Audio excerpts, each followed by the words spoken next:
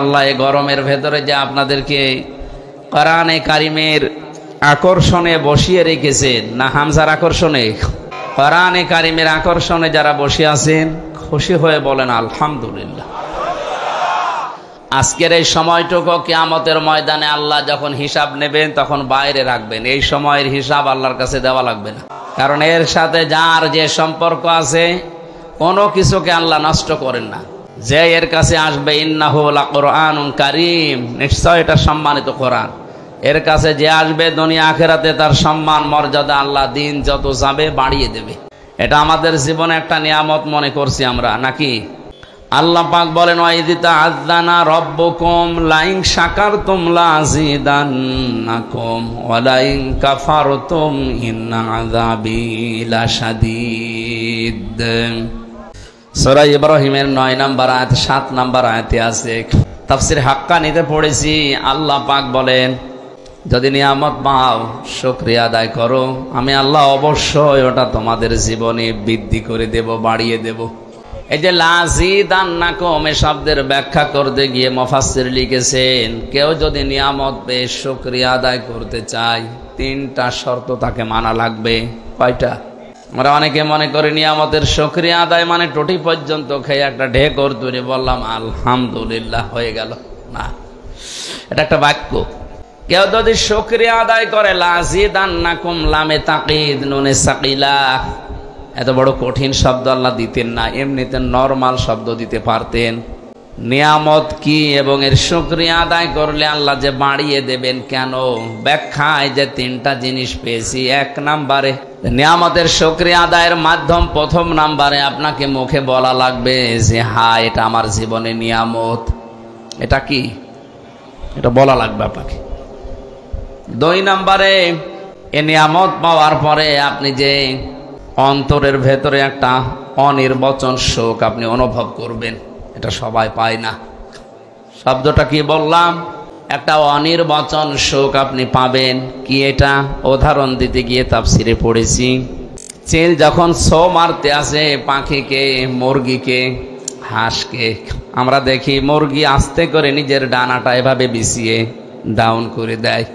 এই যে ডাউন করার পরে ওর নিচে যে বাচ্চাগুলো যে একটা কিচির মিচির আওয়াজ দেয়, বাংলাতে এটাকে বলা হয় অনির্বচন আনন্দ। যদি কোনো নিয়ামত পাওয়ার পরে কোনো মানুষ শুকরিয়া আদায় করে, কোরআনে কারীম জানিয়েছে ওর মনের ভেতরে আল্লাহ একটা অজানা সুখ নিজের পক্ষ থেকে দান করবেন। আজকের যে তেলাওয়াতকৃত আয়াতগুলো আমার মনে হচ্ছে এখানে অনেকে আলেম বসে আছে। দেখবেন আপনি যদি বোঝার চেষ্টা করেন, আমার চোখের দিকে তাকাবেন, আমার মন বলছে কোরআনের নিগূঢ় তথ্যগুলো উপস্থাপন করলে আমাদের অনেকের চোখ দিয়ে পানি আসবে।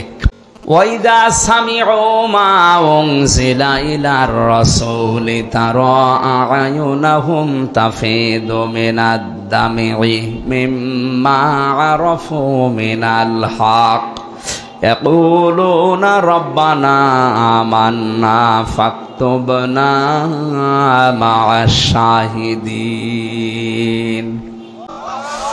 সূরা মায়েদার 83 নম্বর আয়াতে আল্লাহ জানিয়েছেন, হে নবী আপনি যখন কোরআনে কারীম তাদের সামনে পড়বেন, ওরা শ্রবণ করার পরে দেখতে পাবেন আপনার কথাগুলো যারা অনুধাবন করা, এর মর্ম মানেগুলো যারা উপলব্ধি করার ক্ষমতা রাখে, ওদের চোখ দিয়ে মনের অশান্তি পানি পড়ছে। কোরআনের আলোচনায় সবার চোখে পানি আসবে না, এটা বোঝার মতো যোগ্যতা যদি আপনার থাকে, উপলব্ধি করতে পারেন যে আল্লাহ কি বলে আর আমি কি করি, আপনি দেখবেন কখন আপনি কেঁদে ফেলেছেন আপনি টের পাচ্ছেন না। বাড়ি যাওয়ার আগে ও মানুষগুলো বলবে আল্লাহ ইয়াকুলুনা রব্বানা আমান্না, এগুলো তো আমরা বিশ্বাস করেছি, ফাকতুবনা মা'আশ শাহিদিন, যারা সাক্ষী দিয়েছে তাদের সাথে আমার নামটাও তুমি লিখে নাও। বলেন আমিন। মনের ভেতরে একটা অনির্বচন সুখ আপনি নিতে পারবেন। 3 নম্বরে যে কথাগুলো এখানে বলা হবে কোরআনে কারীম দিয়ে, এই কথাগুলো প্র্যাকটিক্যাল লাইফে আপনি সেট করে করে আল্লাহকে দেখাবেন। এর নাম লাইন শাকারতুম লাযিদান্নাকুম। কেউ যদি নিয়ামত পাওয়ার পরে শুকরিয়া আদায় এই 3টা পদ্ধতিতে করতে পারে, আল্লাহর গ্যারান্টি আল্লাহ এই নিয়ামত তার জীবনে আবার বৃদ্ধি করে দেবেন। বলেন আমিন। ওয়ালা ইন কাফারতুম ইন্না আযাবি লাশাদীদ, যদি গুরুত্ব না দেন, যদি দাম না দেন, মর্যাদা না দেন, আল্লাহ পাক বলেন ওটা আমি ছিনিয়ে নেব, কেড়ে নেব। শুধু কেড়ে নেব তা না, আযাবের ভেতরে ফেলে দেব। বলেন নাউযুবিল্লাহ। তাহলে আমরা মনে করতে পারছি এটা আমাদের জন্য আজকে নিয়ামত। এটা কি? লক্ষ লক্ষ মানুষ এলাকায় বাস করে, সবাইকে আল্লাহ কোরআনে কারিমের এই অনুষ্ঠানে, যেহেতু বললাম আজকের এই 1-1.5 ঘন্টা সময় কিয়ামতে যখন বিচার শুরু হবে আল্লাহ মাইনাস করে রাখবে, বলবে এই জবাব আপনাকে দেওয়া লাগবে না, আপনার বাকি সময়ের জবাব দিন। সুতরাং এই সময়টা আল্লাহ যে আমাদের কাছ থেকে জবাব নিচ্ছে না, এটা বিশাল একটা নিয়ামত না? এই নিয়ামত সবাইকে তো দেয়নি, আমাদের যাদের দিলেন বলেন আলহামদুলিল্লাহ। মানিত্তাবাআল হুদা বিগাইরিল কোরআন আদাল্লাহুল্লাহ, তিরমিজি শরীফের হাদিস। আল্লাহর নবী জানিয়েছেন কোরআনে কারিম বাদ দিয়ে পৃথিবীর কোন জায়গায় যদি কেউ ভালো হওয়ার নিয়তেও যায়, আল্লাহ নিজে দায়িত্ব নিয়ে তাকে গোমরা বানিয়ে দেয়। এ কথার লোড কত যারা আলেম আছে টের পাচ্ছে। আদাল্লাহুল্লাহ, আদাল্লাহ ইউদিল্লু বাবে ইফআল, যদি দল্লা শব্দ আসতো, দল্লা ইয়াদিল্লু, বাংলা অর্থ হতো আপনি নিজেই নিজেকে খারাপ বানিয়ে ফেলেছেন। 43টা বাব থেকে শব্দটা যখন আসবে একটা একটা করে 43 রকমের অর্থ আসে। বাবে ইফআল থেকে আসার কারণে বাংলা অর্থ দাঁড়িয়েছে আপনি হয়তো ভালো হওয়ার নিয়তে কোনো জায়গায় গিয়েছিলেন, কিন্তু কোরআনে কারিম সেই অনুষ্ঠানে, সেই জায়গায়, সেই ময়দানে ছিল না। আল্লাহ রাগ করে আপনাকে আরো খারাপ বানিয়ে দেবে। বলেন তো হেদায়েত দেওয়ার একচ্ছত্র মালিকানা হামজার না? মানে কার? আর উনি যদি বলে আমি তোকে গোমরা বানিয়ে দেব, আরো খারাপ বানাবো, তো হেদায়েত দিতে আর দুনিয়ায় কেউ পারবে? সুতরাং দল মত জাতি বর্ণ ধর্ম নির্বিশেষে আজকের এই ময়দানে সিদ্ধান্ত নেওয়া লাগবে। শুধু মাহফিল শুনতে আসা না, এ প্রচন্ড গরমে কষ্ট করে যখন এসেছেনি, আজকেই মন থেকে সিদ্ধান্ত নিয়ে বাড়ি যাবেন। কোরআন যেখানে নেই, জীবনের আগ পর্যন্ত যতদিন আজরাইল না আসে ওখানে আমি আর যাব না। ওখানে যদি আমি যাই, আমাকে গোমরা বানিয়ে খারাপ বানিয়ে জাহান্নামে পাঠাবে কে? পাগলকেও যদি জিজ্ঞাসা করেন গোমরা হবা, ও রাজি হবে? অথচ আল্লাহ দায়িত্ব নিয়ে আপনাকে গোমরা বানাবে। রাজশাহী এলাকায় হাদিসটা না বলায় ভালো, কারণ এই এলাকায় এগুলো চলে না। এগুলো চট্টগ্রাম আর সিলেটে আছে। 48,000 যে পীরের দরবার বাংলাদেশে আছে সরকারি জরিপে, তার অধিকাংশগুলো ওই 2 বিভাগে। আমাদের রাজশাহী, খুলনা, রংপুর এগুলো থেকে আল্লাহ আমাদেরকে বাঁচিয়েছে। না, জিনিস খারাপ না, মানে যে জিনিস যত ভালো তার ভেজাল বের হয় তত তাড়াতাড়ি। ও জিনিস তো ভালো জিনিস। পীর মানে উস্তাদ, শিক্ষক, মুআল্লিম। আপনি যেটা জানেন না ওনার কাছে জেনে নেবেন। এটার নামই তো আরবিতে মুআল্লিম বলে, ইংরেজিতে টিচার বলে, বাংলায় শিক্ষক বলে, আর ফার্সিতে বলে পীর। এটা শুনলে অনেকের রাগ হয়, কিন্তু শব্দটা ভালো, খারাপ না। যে উদ্দেশ্যে ব্যবহার করা দরকার ছিল হয়তো আজ অনেকে ওই উদ্দেশ্যে ব্যবহার না করে অনেকে এটাকে ব্যবসা বানিয়েছে। এই জন্য আজকের এই ময়দানে আমরা সিদ্ধান্ত নিয়ে যেতে পারি, যেখানে কোরআন নেই ওই দরবার যদি আমার বাবাও তৈরি করে, ও দরবারে আমি আর যাব না। এমনিতে 48,000-এর শুধু 8 বাদ দিয়ে 4 থাকবে, সব বন্ধ হয়ে যাবে। আর একটা কথা বলতাম, তো এখন দরকার নেই বলা, আগে বলেন বলেন বলে আমি আবার 3 বছর ভেতরে যাই। আমি মরে গেলেও আর বলবো না, চোখ বন্ধ করে বলি, আল্লাহ যা করে। শুধু পীর সাহেবের দরবারে কোরআন নেই, ওখানে গেলে আল্লাহ গোমরা বানিয়ে বেঁধে, তা না। যেই দলে কোরআন নেই ওই দল যদি আমি সাপোর্ট করি, ওখানে থাকি, আমাকেও আল্লাহ গোমরা বানিয়ে দেবে।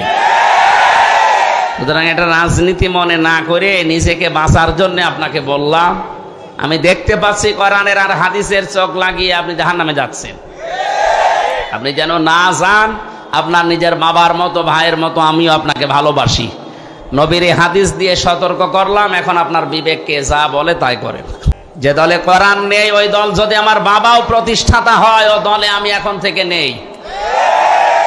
এটাকে সামিয়ানা পর্যন্ত না বাইরে যাবে? আল্লাহ আমাদের বিবেকের তালা লাগা দরজা খুলে দাও, বলেন আমিন। এত নিচের কথা বলার পরেও যদি কারো বিবেক না খোলে, আমার মনে হয় বিবেকের উপরে কুকুরে পোশাক করিস। বলছে ঠিক, সবটা ঠিক হলে সমস্যা। আল্লাহ তুমি আমাদেরকে ওমরের মতো বানিয়ে দাও, বলেন আমিন।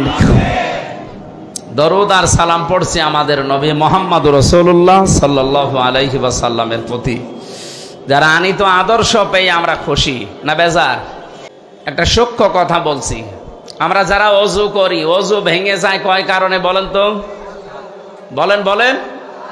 7 কারণে ওযু ভেঙে যায়। যদি একটাও পাওয়া যায় ওযু ভেঙে গেছে, নষ্ট হয়ে গেছে, ওই ওযু দিয়ে আর নামাজ হবে?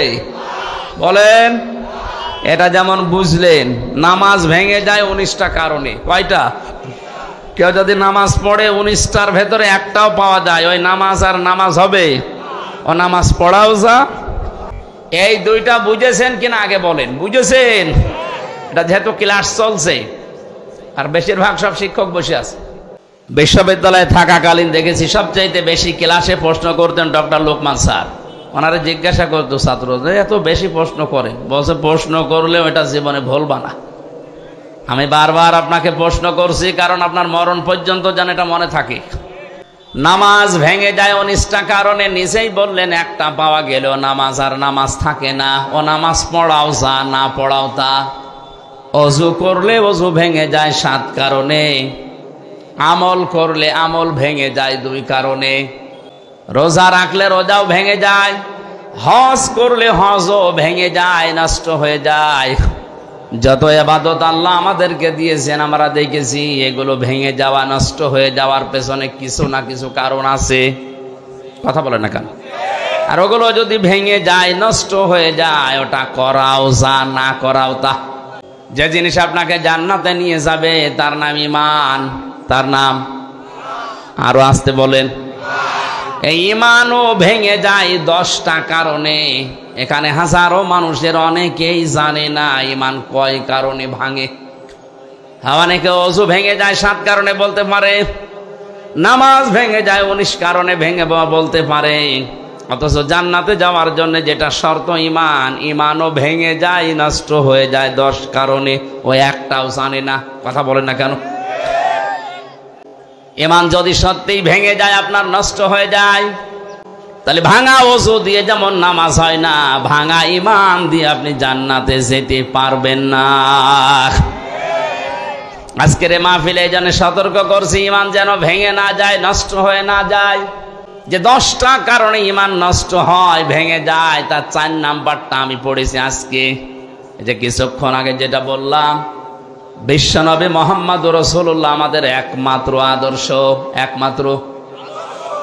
সুতরাং দুনিয়াতে কেউ যদি মুহাম্মদুর রাসূলুল্লাহকে একমাত্র আদর্শ মনে না করে, ওর ঈমান ভেঙে যায়, নষ্ট হয়ে যায়।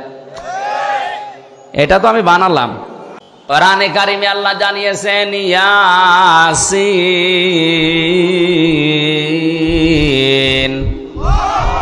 ইয়াসিন সূরার ভেতরে 86টা আয়াত আছে। একবার পড়লেই 10 খতম কোরআন শরীফের সওয়াব হয়। সে জন্মের পর থেকে শুনছি।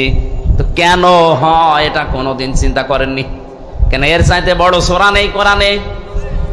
সূরা বাকারা এর চাইতে মনে হয় 7-8 ডবল বড়। ওই সেটা পড়লে তো 10 খতম কোরআনের সওয়াব হয় না। সূরা আলে ইমরান এত বড়, 200টা আয়াত। এত বড় সূরা পড়লেও 10 খতম কোরআনের সওয়াব হয় না। ইয়াসিন মাত্র 5 থেকে 5.5 পৃষ্ঠা, 86টা মাত্র আয়াত। এটা পড়লে কোরআন 10 বার পড়ার সওয়াব পাবেন, এমনিতেই না, অবশ্যই কোনো না কোনো কারণ আছে। ফিজিলালিল কোরআনে তাফসিরে মুফাসসির সৈয়দ কুতুব শহীদ রহমাতুল্লাহ আলাইহি ইয়াসিন শব্দের ব্যাখ্যা করতে গিয়ে তিনি ফিজিলালিল কোরআনে দিয়েছেন আল্লাহ কেন এই 86টা আয়াতে 86টা বিষয় আমাদের সামনে উপস্থাপন করলেন। কোন মানুষ যদি তার প্র্যাকটিক্যাল লাইফে সত্যি এগুলো মানতে পারে, আমার আল্লাহর কথা বাস্তব প্রতিফলন হবে। 10 বার পড়া কোরআন পড়লে যে সওয়াব হবে, ওই সওয়াব আপনার আমলনামায় আল্লাহ দিয়েই দেবেন। কি আসে একটা একটা করে আপনাকে দেখা লাগবে। আগে তার প্রথম নাম্বারে ইয়াসিন। প্রথম নাম্বার কি?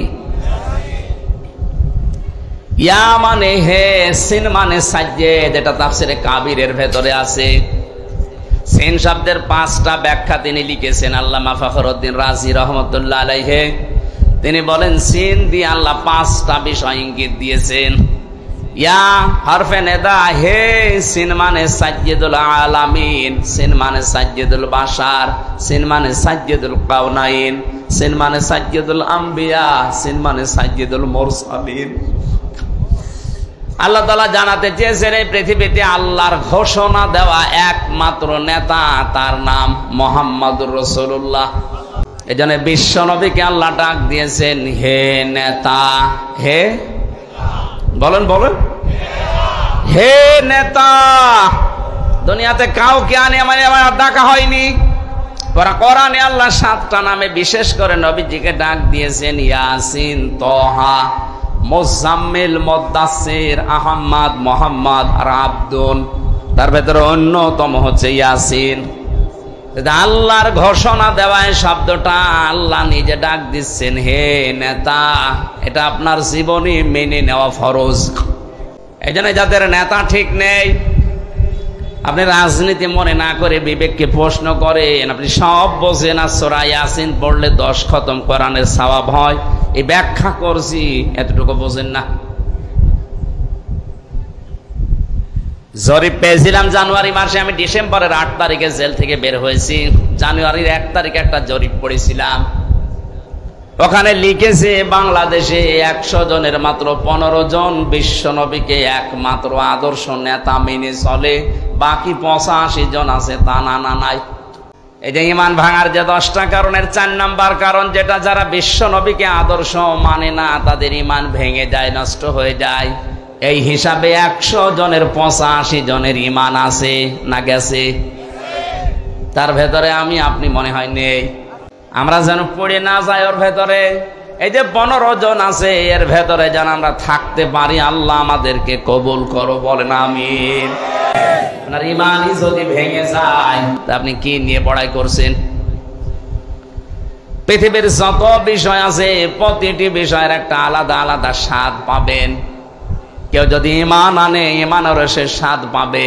নবীজির চাচা হযরতে আব্বাস বলেন, কোন মানুষ যদি সত্যিই রব বলে খুশি থাকে এবং টিকে থাকে, তাতানাজ্জালু আলাইহিমুল মালাইকা, আল্লাহ পাক বলেন আমি তার জন্য ফেরেশতা নাজিল করে হলেও সাহায্য করব। তাতানাজ্জালু এটা মোজারে, বর্তমান, ভবিষ্যৎ, প্রেজেন্ট, ফিউচার। এখন করছেন, মালাকুন না দিয়ে মালাইকা দিয়েছেন। কিয়ামত পর্যন্ত আল্লাহ যে সাহায্য করবে আল্লাহর ওয়াদা, এটা মিথ্যা হতে পারে? আরো আসতে বলেন না। ফেরেশতারা ওই সময় এসে কি বলবে? আল্লাহ তাখাফু ওয়ালা তাহজানু, ভয় পাবেন না, চিন্তা করবেন না। কিসের ভয়, কিসের চিন্তা? তাফসিরে ইবনে কাসির মুফাসসির লিখেছেন, মানুষ হয়তো ভয় করতে পারে, আল্লাহ আমি এখনই যদি মারা যাই, হয়তো চিন্তা করতে পারে এখনই মারা গেলে আমার যে ছেলে আছে ও ছেলের কি হবে, আমার যে মেয়ে বিয়ে দেওয়া লাগবে ও মেয়ের কি হবে, আমার যে বিশাল সম্পদ আমি গড়েছি, আমার যে বিশাল ক্ষমতা, এটা আমার কি হবে। এই চিন্তা, এই ভয় তার মনের ভেতরে আসতে পারে। ফেরেশতারা ওই সময় এসে তাকে বলে ভয় পাবেন না, চিন্তাও করবেন না, ওগুলোর সব দায়িত্ব আল্লাহ নিজের হাতে নিয়ে নিয়েছে। এই ওয়াজটা করা যত সহজ মুখ দিয়ে, এটা প্র্যাকটিক্যাল লাইফে সেট করা অত সহজ না। যারা সেট করেছে তারা বুঝতেছে। আমি বলতাম না শুধু এই আয়াতের সাথে রিলেটেড, এই জন্য বলছি যেন আপনি উদ্বুদ্ধ হতে পারেন। জেলখানায় থাকাকালীন এক কারারক্ষী এসে আমারে বলছিল আল্লাহর এক বান্দার ফাঁসি হবে, রাত 10টা তার ফাঁসি। সন্ধ্যা 7টার সময় এসে বলছে, স্যার আপনি রেডি হয়ে থাকেন, আর বেশি সময় নেই। উনি আমারে বলছে, কারারক্ষী ভাই এখনো তো 3টা ঘন্টা আছে, আমি 2 ঘন্টা ঘুমিয়ে গেলাম, তুমি 1 ঘন্টা আগে আমারে ডেকে দিও। কারারক্ষী আমাদেরও পাহারা দিচ্ছিল, ওই সময় ডাক দিয়ে বলছে, হুজুর দেখলাম ঠিক লোকটা ঘুমিয়ে গেল, 2 ঘন্টা পরে আমি ডাকলাম, উনি ঘুম থেকে ভালোভাবে উঠলেন, গোসল করলেন, ওযু করলেন, আমারে বলছে চা খাবেন আপনি? নিজে চা বানালেন ভেতর থেকে, আমারে দিলেন 1 কাপ, নিজে আর 1 কাপ খেলেন। 2 রাকাত নামাজ আদায় করে ডাক দিয়ে বলছে, ভাই এবার চলেন, আমি রেডি হয়ে গেছি। অনেক বলছে, হুজুর আমিও তো মানুষ, আমার তো মনে হচ্ছিল ওই সময় যে মাত্র আর 1 ঘন্টা যার বাকি আছে ফাঁসির, এই লোকটার ঘুম আসে কি করে? আমার তো নাম শুনলেই ঘুম উড়ে যায়, আর আমি ঘুমাচ্ছে। অথচ লোকটা আমার মতো ফকিন্নি না, তার যে বিশালতা আমি নাম নিলাম না, এত কিছু দুনিয়াতে করেছে, তার ওই পর্যায়ে চিন্তা করলে আমার মাথা খারাপ হয়ে যায়। আর সে কোনো চিন্তা নেই, বিনা চিন্তাতে দেখলাম আরামে ঘুমিয়ে গেছে। আমি সারা জীবন ওয়াজে শুনেছি, যারা আল্লাহকে রব বলার পরে সন্তুষ্ট থাকে, টিকে থাকে, তাদের ওপর নাকি ফেরেশতা নাজিল হয়ে চিন্তা করো না, দুঃখ করো না এইটা বলে। আমি নিজে এটা আমার চোখে দেখেছি। নাই তো এই সময় মানুষের ঘুম আসার কথা না। আল্লাহ তাখাফু ওয়ালা তাহজানু, ফেরেশতারা যেন কানের কাছে এসে বলে, আল্লাহর বান্দা ভয় পাবেন না, চিন্তা করবেন না। আপনার ছেলে নিয়ে, আপনার মেয়ে নিয়ে, আপনার ব্যবসা প্রতিষ্ঠান নিয়ে, আপনার রাজনীতি নিয়ে চিন্তা হয়, ওগুলোর সব দায়িত্ব আল্লাহ নিজের হাতে নিয়েছে। আপনি আল্লাহর জান্নাতে যান। আল্লাতি কুনতুম তুআদুন, যার ওয়াদা আল্লাহ নিজে করেছেন। বলেন সুবহানাল্লাহ। আমি আয়াতের ডিপ যেটা, ভেতরে যেটা শব্দ পেয়েছি, সত্যি যদি আমরা আল্লাহকে রব বলার পরে সন্তুষ্ট থাকতে পারি, খুশি থাকতে পারি, ইমানের একটা স্বাদ আমরা পাবো। শুধু পাবো এতটুকুই না, ফেরেশতারা বলবে আমরা তোমাদের সাথে আছি। আমরা এইটা এখন দেখতে চাই। ফিলিস্তিনের মুসলমানদের জন্য এটা এখন সবচাইতে জরুরি। 57টা মুসলমান রাষ্ট্র দুনিয়াতে, আমার তো মনে হচ্ছে যতটুকু এরা যদি শুধু প্রসাব করে দেয়, ইসরায়েল ভেসে যাওয়ার কথা। অথচ তাদের মনে সান্ত্বনা এইটাই, এ ফিলিস্তিনের মুসলমানেরা, আনাহানু আউলিয়াউকুম ফিল হায়াতিদ দুনিয়া ওয়া ফিল আখিরাহ।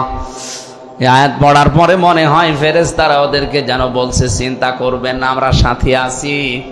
শুধু এতটুকুই না, জান্নাতে যাওয়া পর্যন্ত তোমাদের সাথে বন্ধু হয়ে থাকবো। এমন জান্নাতে পৌঁছিয়ে দেব যেখানে যাওয়ার পরে চাওয়ার আগে জিনিস পাওয়া যাবে। এটা আল্লাহর পক্ষ থেকে, দয়াময় মেহেরবানের পক্ষ থেকে এটার মেহমানদারি। আমার ভাইরা, আমরা ঈদের দিন যেভাবে সকালবেলা আনন্দ করলাম, সেমাই খেলাম, মিষ্টি খেয়েছি, অথচ ঈদের দিন ওই সময় ফিলিস্তিনের ছোট ছোট বাচ্চারা পাথর খাচ্ছে, বোমা খাচ্ছে। ওদেরকে যদি আল্লাহর ফেরেশতা মণ্ডলী এসে কিছু নাই বলবে, কোন সান্ত্বনায় নাই দেবে, ওরা টিকে থাকলো দুনিয়ায় কি করে? আমার ছোট মেয়েটা জান্নাতুল মাওয়ার পরে যেটা ফারিহা জান্নাত, এর আমি 1 বছর রেখে গিয়েছিলাম জেলখানায় যাওয়ার আগে। এখন ওর বয়স 4 বছর। ওর প্রতি আমার যে দুর্বলতা, যে ভালোবাসায় 3 বছরে জন্মিয়েছে, আমি না দেখার পরেও, যদিও আমার এখনো ভালো চিনি না, জেল থেকে বের হয়ে বাড়ি গিয়ে যেদিন গেলাম, আমারে বলছো, হুজুর আমাদের বাড়ি চলেন। হুজুর আমাদের বাড়ি চলেন মানে ও যে আমার মেয়ে, আমি যে ওর বাবা, ও আমার চেনেই না, মনে করে বিভিন্ন হুজুর আসে, আজকে মনে হয় হুজুরই এসেছে। অথচ ওকে না দেখে যে ভালোবাসা, যে মহব্বত ওর প্রতি তৈরি হয়েছে, আমার যতটুকু মহব্বত ওর প্রতি, কেউ যদি বলে পুরা রাজশাহী তোমাকে দিয়ে দেব, ফারিহাকে মেরে ফেলো, আমার সম্ভব না। ফারিহা জান্নাতের মতো এত মহব্বত, ভালোবাসার বস্তুকে যদি আমি বিনিময় দেওয়া, মুক্তিপণ দেওয়া, ফিদিয়া দিতে চাই, আর কি বাকি থাকবে আমার কাছে? আল্লাহ পাক বলেন, শুধু সন্তানাদি না, 5টা ক্লাসরুমের 5টা দরজা আছে। যে যেই শ্রেণীতে পড়ে ওই দরজা দিয়ে সে প্রবেশ করে। ক্লাস 1-এ পড়ে, ও 5-এ যে ক্লাস করতে পারবে।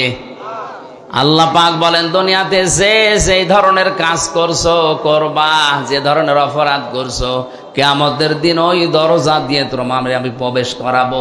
এখন আমাদের এই মাহফিলে আসার পরে এটাই বোঝার বিষয় যে আমি কোন দরজা দিয়ে প্রবেশ করার উপযুক্ত হলাম। অবশ্যই কোনো না কোনো দরজার পাশে আমি দাঁড়িয়ে আছি। ফেরেশতা মালিক দারওয়ান যিনি আছে, উনি আমাকে কিন্তু জিজ্ঞাসা করবে, কেন লাজায় আসলে, কেন সাকারে আসলে, কেন হুতমায় আসলে, কেন হাবিয়ায় আসলে, কেন জাহিমে আসলে, কেন জাহান্নামে আসলে? জাহান্নামে একটা দরজার নাম। এই 7টা নাম দিয়ে আল্লাহ দরজার নামে নামকরণ করলেন। তার ভেতরে ভয়ঙ্কর দরজার নাম হচ্ছে লাযা। আল্লাহ পাক বলেন নাযাআতাল লিশাওয়া। এত ভয়ঙ্কর, এখানে ঢুকলেই মানুষের চামড়া আগে খসিয়ে যাবে। আর ভাই চামড়া এমনি খসে না। একটা ঘরের ভেতরে আপনি প্রবেশ করলেন, চামড়া খসে যাবে না। কি যন্ত্র সেখানে সেট করা আছে, কি আযাব দেওয়ার জিনিসগুলো আছে যে গেলেই চামড়া খসে যায়। বলেন, আপনি অনুধাবন করতে পারছেন যে জায়গাটা কত মারাত্মক। যেখানে গেলে আগেই চামড়া খসে যায়। এই যে লাযা নামে জাহান্নামের দরজা দিয়ে প্রবেশ করবে, মাত্র 2টা গুণ যাদের দুনিয়ায় আছে তাদেরকে এই দরজা ডাকবে। এই দুনিয়াতে যারা সত্যকে সত্য জানার পরও পৃষ্ঠ প্রদর্শন করেছে, মুখ ফিরিয়ে চলে গেছে। আর বাংলাদেশে এখন এই শ্রেণীর মানুষ বেশি। ইব্রাহিম আলাইহিস সালাম আমাদের মালিক মহান রব্বুল ইজ্জাত ওয়াল জালালকে খুঁজে পাওয়ার জন্য তিনি শত চেষ্টা করেছিলেন। কখনো তারকা দেখে মনে করেছেন এইটা আমার রব, কখনো সূর্য দেখে মনে করেছেন এইটা আমার রব, কখনো চন্দ্র দেখে মনে করেছেন এইটা আমার রব। সর্বশেষ যখন সবগুলো অস্তমিত হয়ে গেছে, বলছেন না, যেগুলো ডুবে যায়, যেগুলো অস্তমিত হয়ে যায়, যেগুলো শেষ হয়ে যায়, এগুলো আমার মালিক হতে। হযরত ইব্রাহিম কত চেষ্টা করে সাধনা করে তার মালিককে খুঁজে পেয়েছে। অথচ বাংলার মুসলমানদের চোখে আঙ্গুল দিয়ে দেখিয়ে দিলেও এরা মানতে চায় না। জাহান্নামে লাযা নামক এই দরজা তাদেরকে ডাকবে, তাদউ মান আদবারা ওয়া তাওয়াল্লা। যারা সত্য থেকে পৃষ্ঠ প্রদর্শন করে আর মুখ ফিরিয়ে চলে যায়। আমি যে প্রথমেই বললাম এই শ্রেণীর মানুষ বাংলাদেশে বেশি, এটাকে আমি ভুল বললাম? কথা বলেন না কেন? কারণ এই দেশের মতো এত কোরআনের আলোচনা পৃথিবীর কোনো জায়গায় হয় না। আলেমরা চোখে আঙ্গুল দিয়ে দেখিয়ে দিচ্ছে যে এটা সত্যের পথ, এটা মিথ্যা পথ। জানার পরও আপনার বিবেকে কোনো নাড়াই দেয় না। আপনি বিশ্বাস করতে পারেন আপনাকে জাহান্নামে লাজার সামনে দাঁড় করানো আছে, আপনি শুধু প্রবেশ করবেন। সত্যকে সত্য জানার পরে যারা অহংকার করে মুখ ফিরিয়ে নেয়, যারা মানতে চায় না, হিংসা করে, এরা এক প্রকার ইহুদি আর খ্রিস্টানদের মতোই। কারণ ওদের তাওরাতে, ওদের ইনজিলে লেখা ছিল মুহাম্মদুর রাসূলুল্লাহর শেষ নবী, সর্বশ্রেষ্ঠ নবী, কিন্তু ওরা হিংসা করে আর অহংকার করে মেনেছিল না। কথা বলে না কেন? ওদের কিতাবে তো লেখা ছিল, কিন্তু ওরা মানতো না, হিংসা করে। হিংসা কি? অহংকার কি?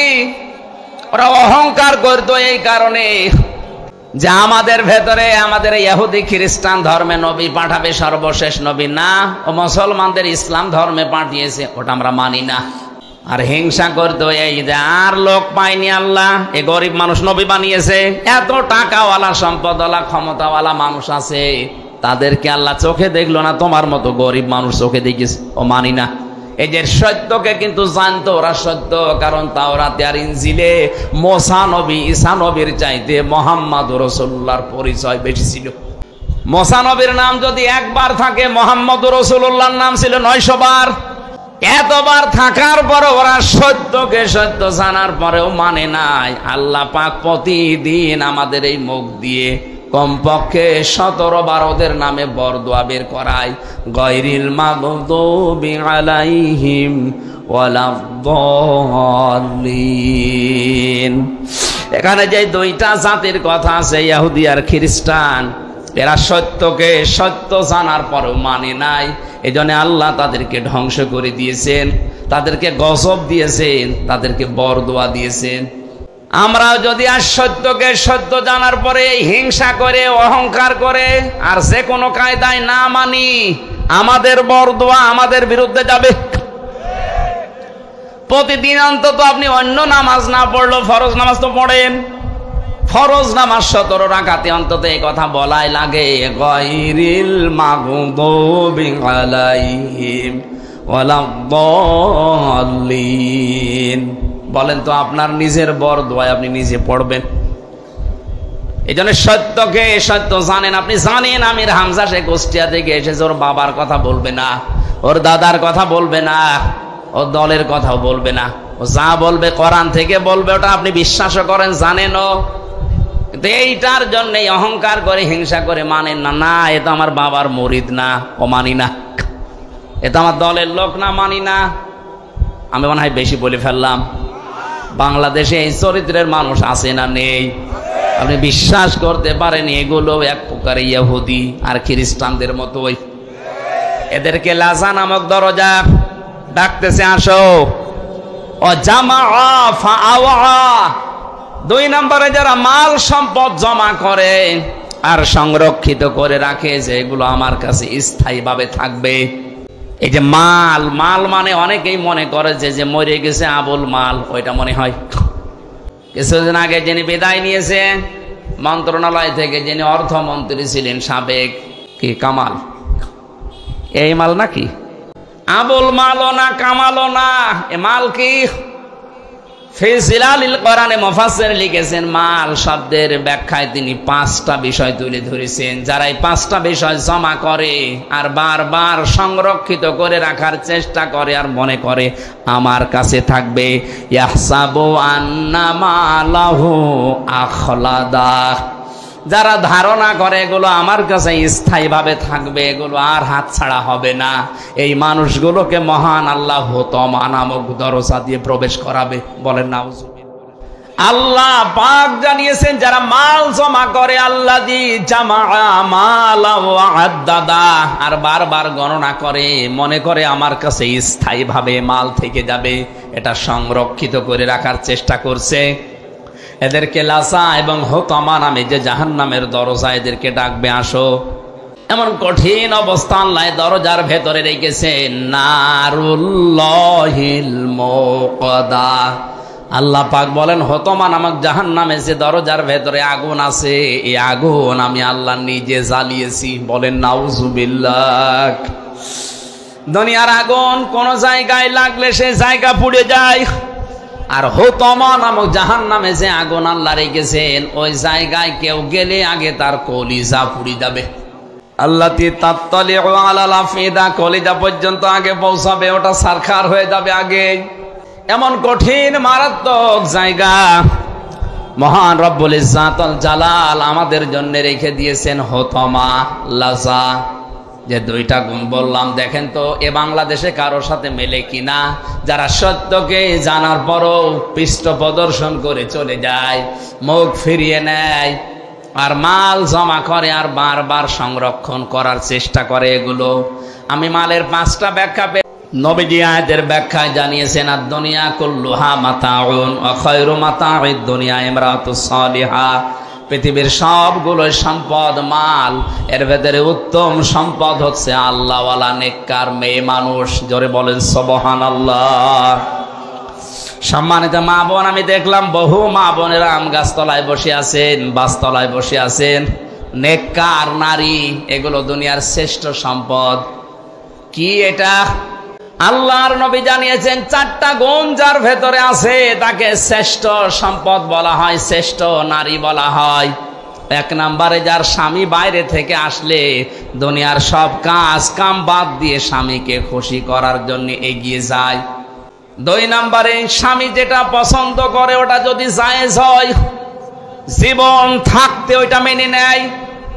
সম্মানিত মা বোনেরা, নামাজের সময় পর্যন্ত আপনার মাথা আর চুল যেন বের হয়ে না যায়, এটা নিষিদ্ধ।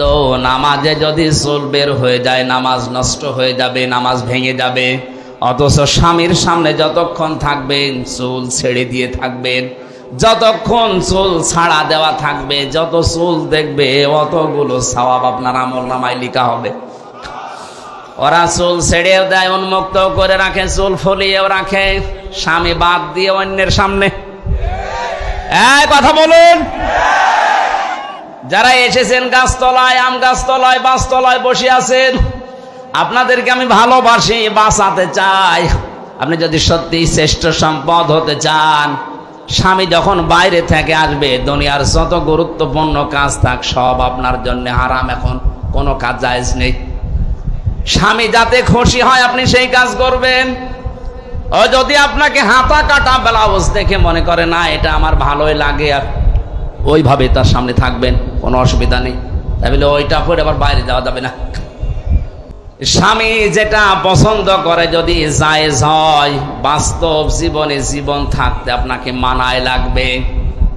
আমি স্বামী, এখানে যারা আছে প্রত্যেকেই যারা স্বামী আছে জিজ্ঞাসা করবেন মনের খবরটা এই, প্রতিটি স্বামী চাই, পছন্দ করে বিয়ের পরে যেন আমার মা বাবা আমার সাথে থাকে। কথা বলেন না কেন? কিন্তু আমি বাস্তবতায় দেখছি আজ 100টার 98টা পরিবারে বৌমারা এটা চাই না, সব চাই আলাদা হও। এই কথা বলে না, আমি উপায় করব, ইনকাম করব, কামাই করব, আমি চাই আমার মা বাবা আমার সাথে থাকবে। আপনি চান না মানে কি? আপনি নামাজ পড়তে পারেন, রোজা রাখতে পারেন, কালো বোরকা পড়তে পারেন, আপনি নেককার হতে পারেননি, কারণ স্বামী যেটা পছন্দ করেছিল ওটা জায়েজ ছিল, আপনি এখন ওটা পছন্দ করতে পারেননি। এরকম বউ আছে দুনিয়ায় না নেই? কার বাড়ি আছে দেখি হাত তোলেন তো। ঠিক আছে, তোলার দরকার নেই, ক্যামেরা ওইদিকে গেলে ভাত বন্ধ হয়ে যাবে, টের পাচ্ছেন আপনি? এত বড় বড় মহারতে বসে আছে, এখানে কেউ হাত তুলতে সাহস পাচ্ছে না। আপনি আবেগে হাত তুলে বসে আছেন, একবার যদি ক্যামেরা ওইদিকে ঘুরিয়ে দিত কি হয়তো বুঝতে পারছেন না।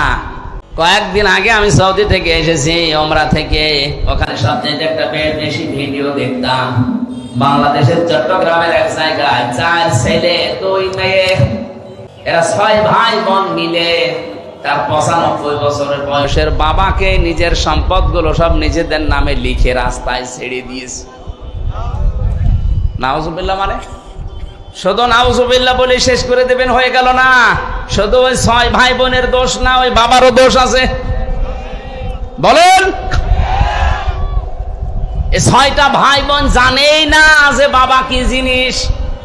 মা মরে গেছে 10 বছর আগে, নিজেরা 6 জন মিলে কায়দা করে বাবার জমিগুলো নিজের নামে লিখে নিয়ে বাবাকে এখন রাস্তায় ছেড়ে দিয়েছে।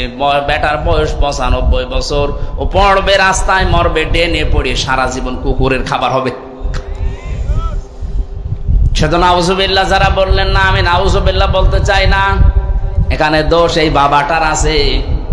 কারণ আল্লাহর পরে যে মার বাবার স্থান, ও বাবা ওই 6 ছেলে মেয়েকে কোনোদিন জানায়নি, ওই রকম শিক্ষা কোনোদিন তাদের দেয়নি। কথা বলেন ঠিক কিনা? আর শিক্ষা ব্যবস্থা নিয়েও যে সূক্ষ্ম ষড়যন্ত্র অনেকে করছে। আমাদের ইমানের দাবি হচ্ছে আমরা অন্তত মুসলিম বলে যারা দাবি করি, আমাদের আবার যেন 95 বছর বয়সে কুকুরের খাবার হওয়া না লাগে, সেজন্য আগে থেকেই ছেলে মেয়েকে এই শিক্ষা দেওয়া যে আল্লাহর পরে আমার স্থান। এটা পাওয়া যাবে যে জায়গায়, ওখানে আপনি নিয়ে যান তারে। এই যে সাকোয়াইল আছে মাদ্রাসা নাকি যেন, সাকোয়া নাকি, এইরকম জায়গায় দিয়ে দিলে ওই জায়গা থেকে এই যে অধ্যক্ষ সাহেব ওনাকে শিখাবে আপনার ওই ছেলেকে ওই মেয়েকে। রব্বুকা আল্লা তা'বুদু ইল্লা ইয়্যাহু ওয়া বিল ওয়ালিদাইনি ইহসানা।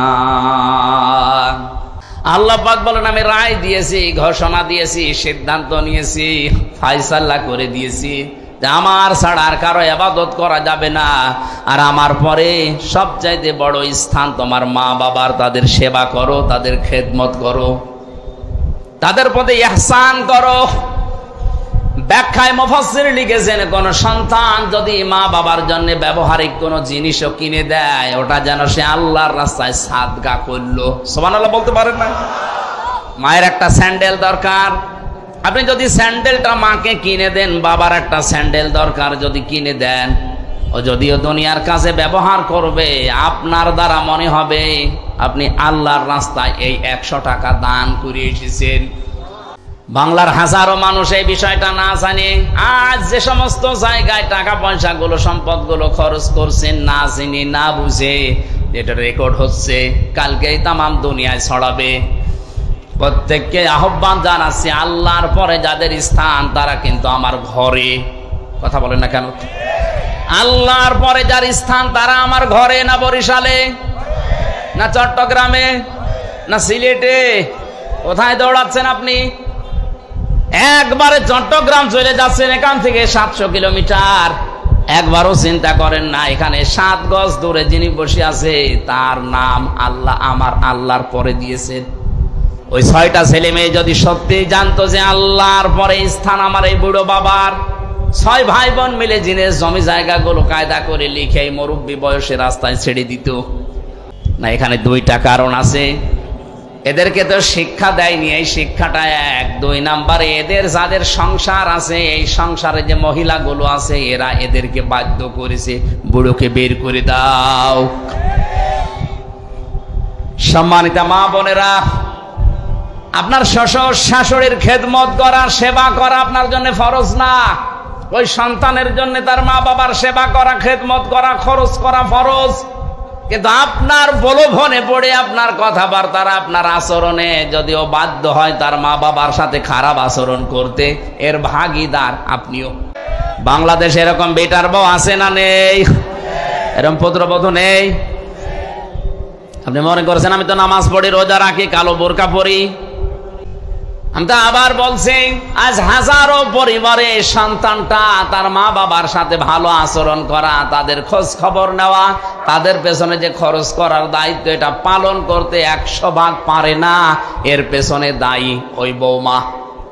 কথাটা যদি সত্য হয়ে গেল, এইটাই বাস্তব। আল্লাহ মেয়েদেরকে যেন এই সংকীর্ণ মনা মন থেকে বেরিয়ে আসার তৌফিক দেন, বলেন আমিন। আমি নিজে একজনের জামাই, আল্লাহর কসমে কোরআন আমার সামনে আমি হাতে নিয়ে বলছি, আমি আমার শ্বশুর শাশুড়িকে যে নজরে দেখি, যেভাবে মহব্বত ভালোবাসা দেয়, সত্যি করে বলছি প্রত্যেকটা পুত্রবধূ যদি তার শ্বশুর আর শাশুড়িকে এই নজরে দেখতো, কোনো ছেলে তার মা বাবাকে আলাদা করে দিত না। আমি তো মেলেন আমি পাই না, কোন কারণে তাদের আলাদা করে দেওয়া লাগবে আমি তো বুঝি না। আপনি কি মনে করেন যে আলাদা করে দিলে আমি বেশি খেতে পারবো, আনন্দে থাকতে পারবো? নবীজি হাদিস তিরমিজি শরীফের হাদিসে জানিয়েছেন, কোন স্ত্রী যদি চায় যে তার স্বামীর হায়াত বেড়ে যাক, তার স্বামীর সম্পদ বেড়ে যাক, তার সম্মান বেড়ে যাক, সে যেন স্ত্রী হিসাবে স্বামীকে বারবার পরামর্শ দেয়, স্বামী তুমি আর যাই করো অন্তত নিকট আত্মীয় স্বজনের খোঁজ রাখো। আপনার সবচাইতে বেশি নিকট আত্মীয় আপনার মা, শ্বশুর শাশুড়ি, এই স্বামীর বোন, ভাই, ফুফু, চাচা, এই কথা বলছে না কেন? এদের খোঁজ খবর রাখবেন আপনার যতটুকু সামর্থ্য আছে, বারবার তাকিদ দিয়ে হলেও এটা করবেন। তাহলে দুনিয়ার যে ভয়গুলো আছে এই ভয়গুলো আল্লাহ দূর করে দেবে। মুহাম্মদুর রাসূলুল্লাহ যেদিন নবুয়ত পাওয়ার পরে এসে ভয় পেয়েছিলেন, বলছিলেন সাম্মিলুনি, আমারে ঢেকে দাও। খাদিজাতুল কুবরা যেদিন 5টা কথা বলেছিলেন, স্বামী আল্লাহি কাল্লা, কখনো না, আল্লাহর কসম, লা ইউখজিকাল্লাহু আবাদান, আল্লাহ আপনাকে কখনো অপমান অপদস্থ ভয় দেখাতে পারেন না, কারণ আপনি তো নিকট আত্মীয় স্বজনের খোঁজ খবর রাখেন। তার মানে যেই স্বামী তার নিকট আত্মীয় রক্তের সম্পর্ক, এদের সম্পর্কগুলো ঠিক রাখে, আপনার আরো উৎসাহ দেওয়ার কারণে এদের খোঁজ খবর রাখে, খরচ করে, বুঝবেন আপনার স্বামীকে দুনিয়ার কোনো ভয় আল্লাহ দেখাবে না, কোনো জিন ভূতের ভয় তার লাগবে না। এগুলো যারা করে না তাদের এই ভয়গুলো আল্লাহ তৈরি করে দেয়। বিভিন্ন জায়গায় গেলে বলে হুজুর পানি পড়ে দেন, কি হয়েছে? হঠাৎ তাল গাছের ভেতরে দেখলাম কি যেন নড়ে উঠলো। তাল গাছের ভেতরে কি নড়ে উঠে তাই তুমি ভয় পাও? ভয় তো এমনিতে পাও না। রক্তের সম্পর্ক যাদের সাথে আছে তাদের সাথে কোনো সম্পর্ক তোমার নেই, ধর্ম আত্মীয় পাতিয়েছে, মাসে 3 বার করে তার কাছে টেলিফোন করে, অথচ নিজের আপন বোন আজ 10 বছর খবর নেয় না। এরকম ভাই নেই দেশে। উত্তম স্ত্রীর কথা বলছিলাম, পৃথিবীর শ্রেষ্ঠ সম্পদ যারা, স্বামী যেটা পছন্দ করে আপনি পছন্দ করবেন, ওটা যদি জায়েজ হয়। 3 নম্বরে আপনি স্বামীকে খুশি করার জন্য সাজগোজ করবেন।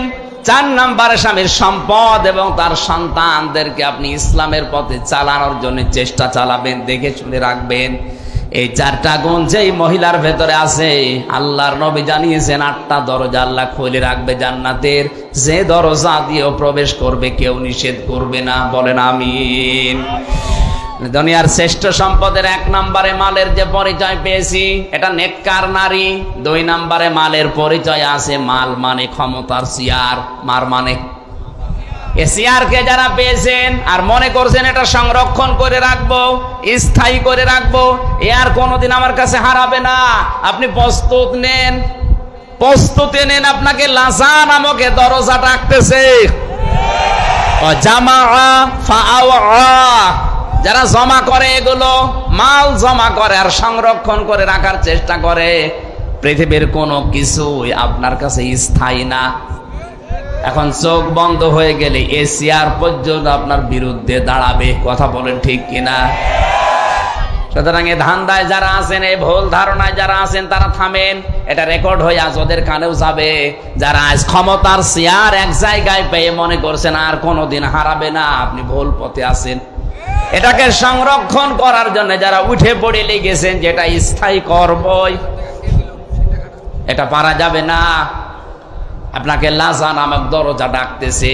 এ দরজা থেকে ফিরে এসে জান্নাতুল ফেরদাউসের দরজার সামনে যা। মালের 3 নাম্বার ব্যাখ্যা, মাল মানে টাকা পয়সা। 4 নাম্বার ব্যাখ্যা, মাল মানে অস্ত্র শস্ত্র। আজ যারা অস্ত্র শস্ত্র জমা করছেন আর স্থায়ী ভাবে রেখে দেওয়ার জন্য চিন্তা করছেন আগামীতে কাজে লাগাবো, আমি ভেতরে নামতে পারলাম না, এই জন্য দুঃখিত। 5 নাম্বারে প্রভাব প্রতিপত্তি। এগুলো যারা আজ সংরক্ষণ করছেন, জমা করছেন আর মনে মনে স্থায়ী করে নিচ্ছেন, যেগুলো আমি রেখে দেব সারা জীবন, আপনি পারবেন না। লাজা ডাকতেছে, লাজা আপনাকে ডাকতেছে। এখানে যেন যাওয়া না লাগে, ওখান থেকে ফিরে জান্নাতের যে 100টা দরজা আছে, যে কোনো দরজার সামনে যান। আল্লাহ আমাদেরকে দরজার সামনে থেকে ফিরিয়ে জান্নাতুল ফেরদাউস, জান্নাতুল মাওয়া, যে সমস্ত দরজার নামগুলো আছে 100টা, যে কোনো এক দরজার সামনে যেন আমরা একটু হাজির হতে পারি। বলেন আমিন। আমি এই দাম্পত্য জীবনের যে কলহ চলছে এখন সারা বিশ্বে, বিশেষ করে বাংলাদেশ, ভারত, পাকিস্তানে যা ডিভোর্স আরম্ভ হয়েছে জেলখানার ভেতরে 3টা বছরে, এইটা আমি সবচাইতে বেশি মামলা দেখেছি। হয় বউকে মেরে ফেলেছে, না আত্মারা করে ফেলেছে, না যৌতুকের জন্য তাড়িয়ে দিয়েছে। মানে পারিবারিক জীবনের এই যে কলহ এবং এর সমাধানটা কি, ওখানে 19টা পয়েন্ট দেওয়া আছে। ওখানে আমি জেলখানায় বসে বসে 3 বছর তো কাজ ছিল না, ফাঁসির কন্ডেম সেলের ভেতরে ছিলাম, বসে বসে টুকে রেখেছিলাম কারারক্ষীদের কাছে কলম নিয়ে নিয়ে। পরবর্তীতে বাইরে এসে ওগুলো বই আকারে আমি ছাপিয়েছি। আমার গাড়ি কোথায় আছে আমি জানি না, ওই কর্নারে আছে। মেয়েদেরকে আপনি কিনে উপহার দেবে, বলবেন যে এটা বড় দাম্পত্য জীবনে পরকীয়া প্রেম যাদের আছে, আমি বিশ্বাস করি তারা পুরাটা শেষ করলে থামবে। কারণ এই পরকীয়া প্রেমের কারণে আজ হাজারো পরিবারে যারো সন্তান তৈরি হচ্ছে। আপনি এদিকে জানেনই না যে ছেলে কার, অথচ ছেলে হয়েছে অন্যজনের মতো। কি গো, এ ছেলে তো আমার মতো না, তো হবে কি করে? অত লাইন করেছে অন্য জায়গায়, আপনার সাথে চেহারা মিলবে? আপনি থাকেন হয়তো 10 দিন আর ও থেকেছে 30 দিন। বলেন সুবহানাল্লাহ। এই জন্য আমার যেন ওই রকম পরিবেশ না হয়ে যায়। বইটা কিনে স্ত্রীকে, মেয়েকে, মাকে, বোনকে পড়াবেন। ওই সামনে গাড়ি আছে, আর পুরুষদের জন্য একটা আছে, জানি না ওখানে পাওয়া যাচ্ছে, নিয়ে যাবেন নামাজের মোনাজাতের পরে।